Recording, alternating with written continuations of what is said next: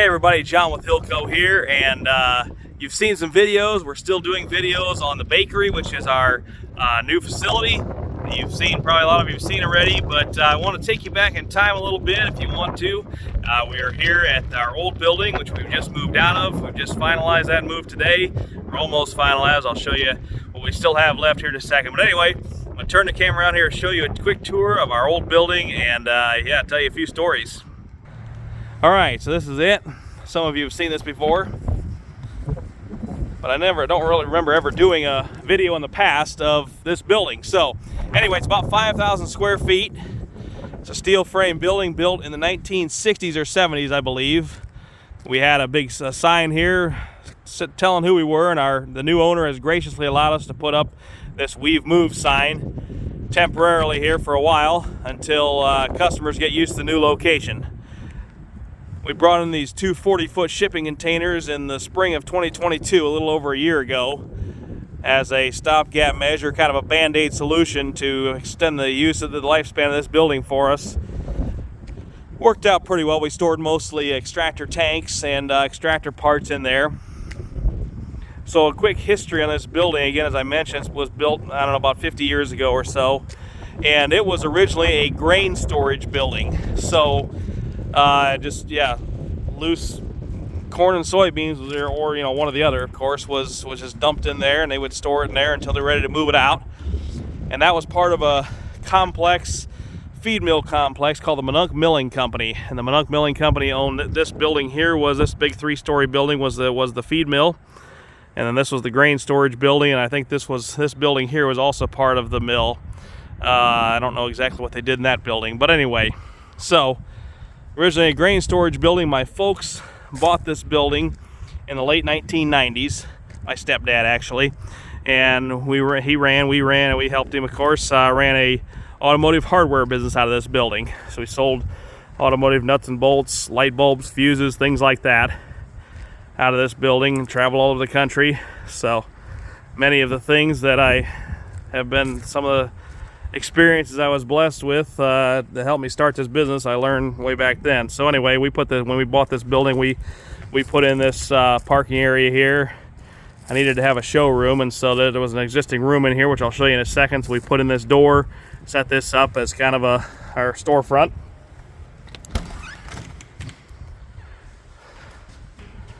So this room here was a workshop where Dad and I and my brother would work on old motorcycles, motor scooters, all kinds of old junk we tinkered around with as a hobby.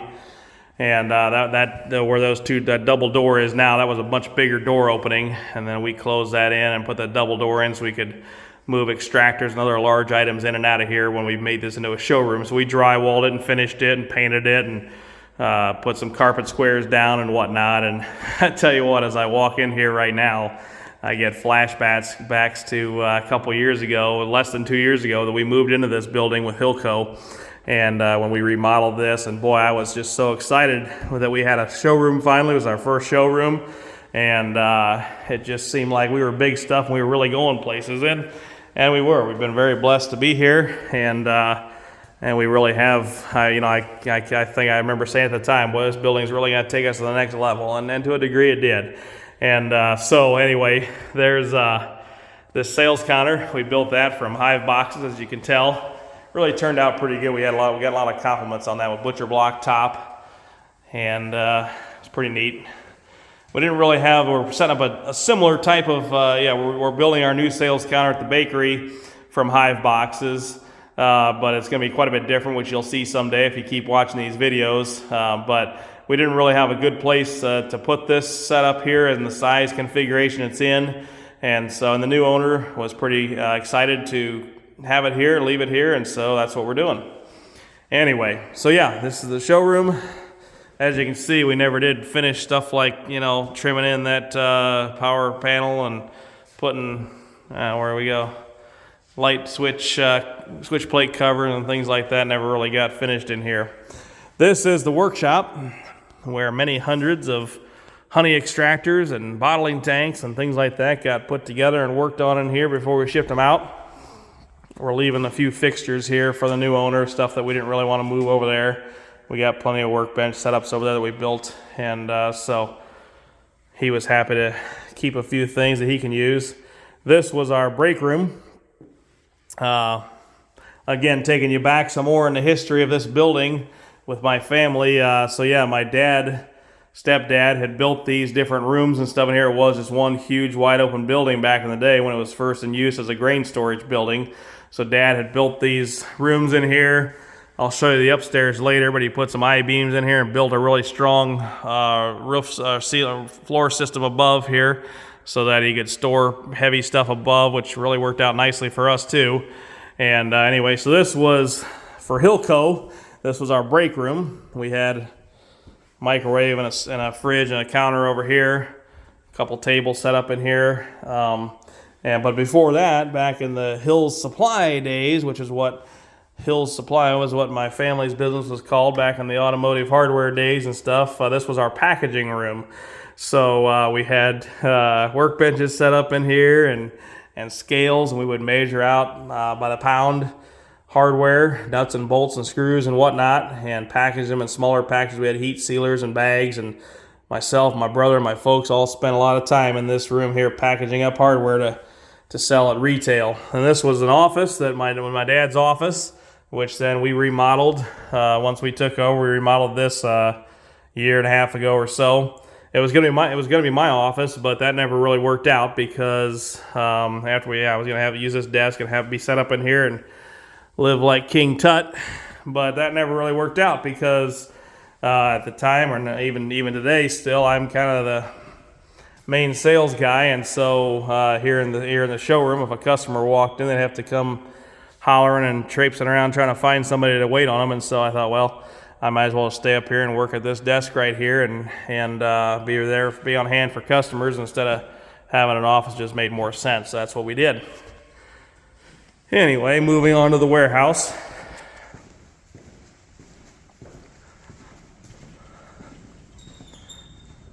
So, when we got here, we bought this building. I'm talking about when HillCo bought this building 2.5 years ago. So we agreed to buy the building we agreed to purchase the building from Mom in September of 2020, I think it was. At the time, we were working, where we started HillCo was out of a machine shed at our house, which is about 12 miles south of here in the town of El Paso, Illinois. And we have a couple acres there in the country, just outside of town. There's a machine shed there. That was my wife's grandpa's property. And so we had remodeled that and fixed that up, and that was our first HillCo building. And about 3,000 square feet there. And at the time, by the fall of 2020, we just started in January of 20. By the fall of 20, we were already growing considerably.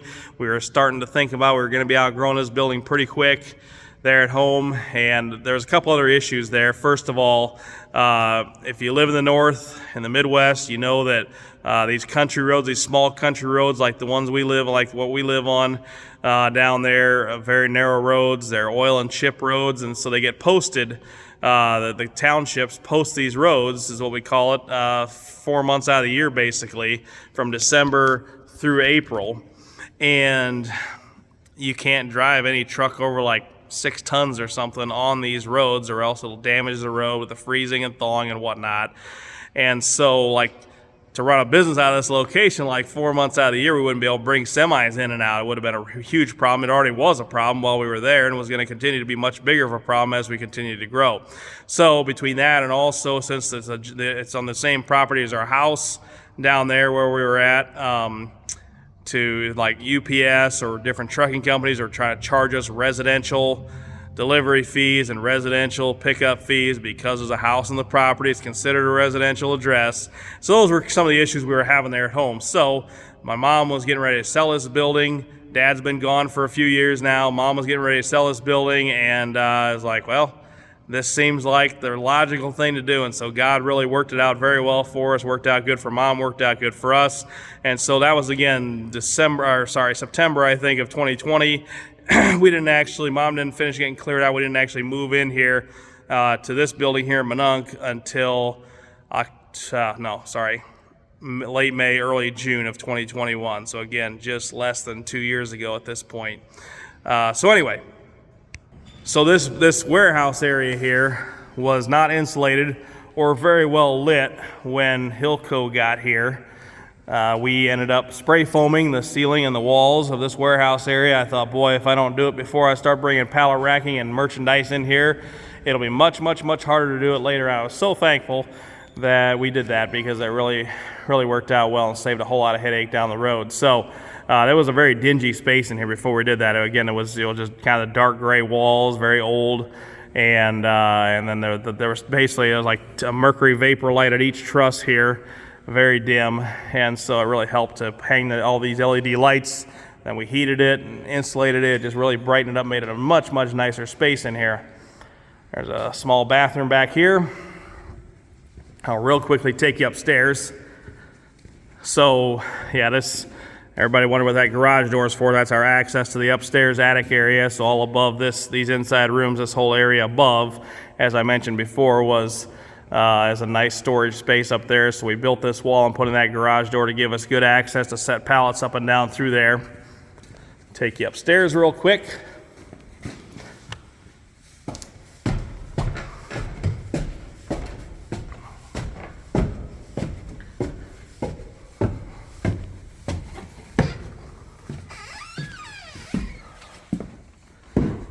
Kind of low walls here out on the edges that kind of made the space not as usable at the very edges, but otherwise it was some really nice space up here. Got pretty hot in the summertime, so you learn to, even as a kid, I remember this when Dad and I had stuff to move or whatever. Up here in the summertime, we made sure and did it in the early morning because it would get to be a real cooker up here. We had a fan there to help draw some of the heat, but it was still hot. So that's about it, I think. I want to show you one more thing, and then if you care to keep listening to me rattle, I will tell you kind of how we transitioned then from this building to the bakery. But before I do that, I want to show you something else outside here. There's an empty lot across the street that we also own, and we still own that. This building here has been sold. I may have mentioned that before. The neighbor to the west of us here bought it. Great people. They're going to take really good care of the property. It's wonderful people. So it was a real blessing. Again, God working things out for us again. This quick story here. Last fall, after we had made the agreement to buy the bakery, I thought that maybe I'd heard maybe the neighbor to the west of us here might be interested in buying this building from us. And we thought it was going to take us quite a while before we got the bakery fixed up enough and moved over there. We thought it might be a year or 18 months down the road before we actually moved to the bakery. Obviously, that wasn't the case, but that's what we thought at the time. And so one day last fall, I saw the neighbor to the west here outside, and I went and said howdy to him and said, hey, just so you know, keep this in the back of your head. We might be wanting to sell this building in a year or so, and if you might be interested, keep it in mind, let me know. And he's like, oh, can I look at it now? And I'm like, sure. And so we went over and looked at it, toured it with him, and 2 hours later we had a handshake agreement and this building was sold. And so that was such a blessing. So we ended up for the last several months then, we've been renting it back from him on a month-to-month basis, and it's just been wonderful because we're able to get that upfront money, which allowed us to pay for not near enough, but a lot of the improvements at the bakery, and took care of a big chunk of that, and we just been paying again rent on this. That worked out really well. But anyway, this empty lot here, which is, as you can see, across the street from the building, and this we also own, as I mentioned, and we kept this lot. The new owner of the building didn't really care to have this lot, and we thought, well, why not keep it? It doesn't cost us a lot in taxes every year, very low taxes, and it doesn't cost a lot to keep it mowed. And it's a commercially zoned property. We could put up a pretty large building here, about 11,000 square foot building here if we ever needed to. So it's nice to have that, keep that in reserve. As you can see, we have a handful of hives there that we're going to be moving out of here soon. But so that lot is staying here. But so, tell you real quick how we ended up making this, so how we bought the bakery then. I don't think I've told you this stuff yet. Maybe I have in other videos, but anyway, so as I mentioned, we bought these shipping containers out here.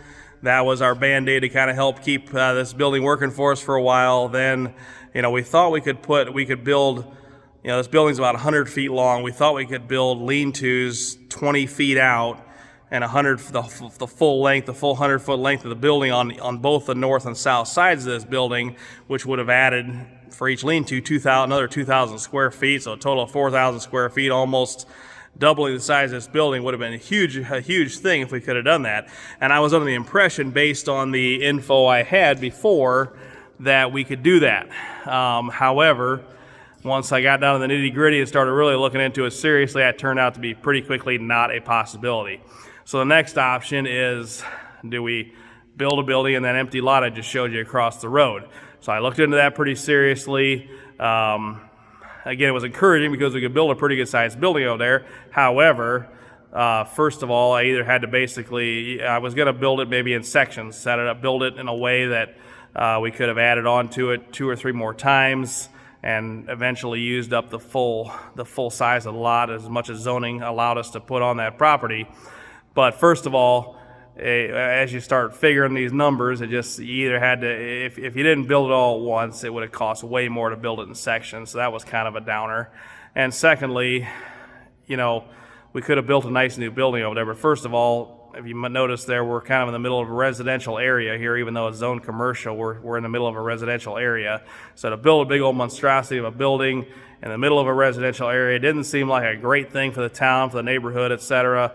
And then also for us as a business, if we built that big building over there, there's a very good possibility that within a few more years we'd outgrow that as well. So then we're stuck with this huge, brand new, very valuable building and then trying to sell that building in this small town, in the middle of a residential area, just didn't seem like a very wise move. So that's when, I'm kind of stewing around on these different options, not having a very good outcome here. And so the bakery was something we had looked at back in, we've been kind of had my eye on it ever since before we even moved into this building. I had my eye kind of on the bakery, thought, boy, that'd be a cool pie in the sky someday down the road, a long ways, I thought, down the road option. Back in 2020, 2.5 years ago.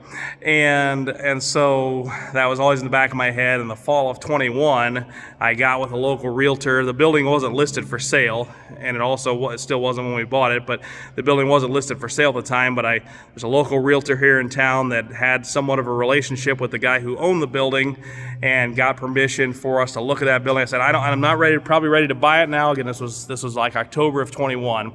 So I'm not ready to buy it now, but I'd like to just look at it, just look around the building, see if it's set up in a way that we could someday be a feasible option for us, just something to keep as our down the road long-term plan. So that's what we did. We looked at it in the fall of 21. It seemed like a good option, so I kind of kept that in the back of my mind. So again, fast forwarding to the fall of 22 now, as I'm looking at adding onto this building across the street, things like that, these other options weren't really working out well. And so just spur of the moment one day, I thought, I am just going to put out an offer for that building, a low offer, and just see what happens. At least he's probably not going to take it, but at least we'll kind of know how willing he is to sell it. Hopefully he'll come back with a counter offer. So even if it's not affordable for us, we can at least know where he's going to be at on this building price-wise. So that's what I did. Threw out an offer. A few days later, he comes back with a counter offer that quite a bit higher than what I offered, but still is like, okay, we are in the ballpark here, and it seems like we could actually get something done. And so we counter-offered back and forth a little bit more, and there was a little bit of drama where he was trying to scam us a little bit for a little bit more money and whatnot, but we got through all that, and we got the building for a price that was very affordable. Obviously, we've had to put a ton more money into it, but that's how we got the bakery, and that's tour this building, and hopefully it's been interesting. Sorry, long video here, but anyway, hope you've enjoyed it. Thanks so much for watching. Have a great day.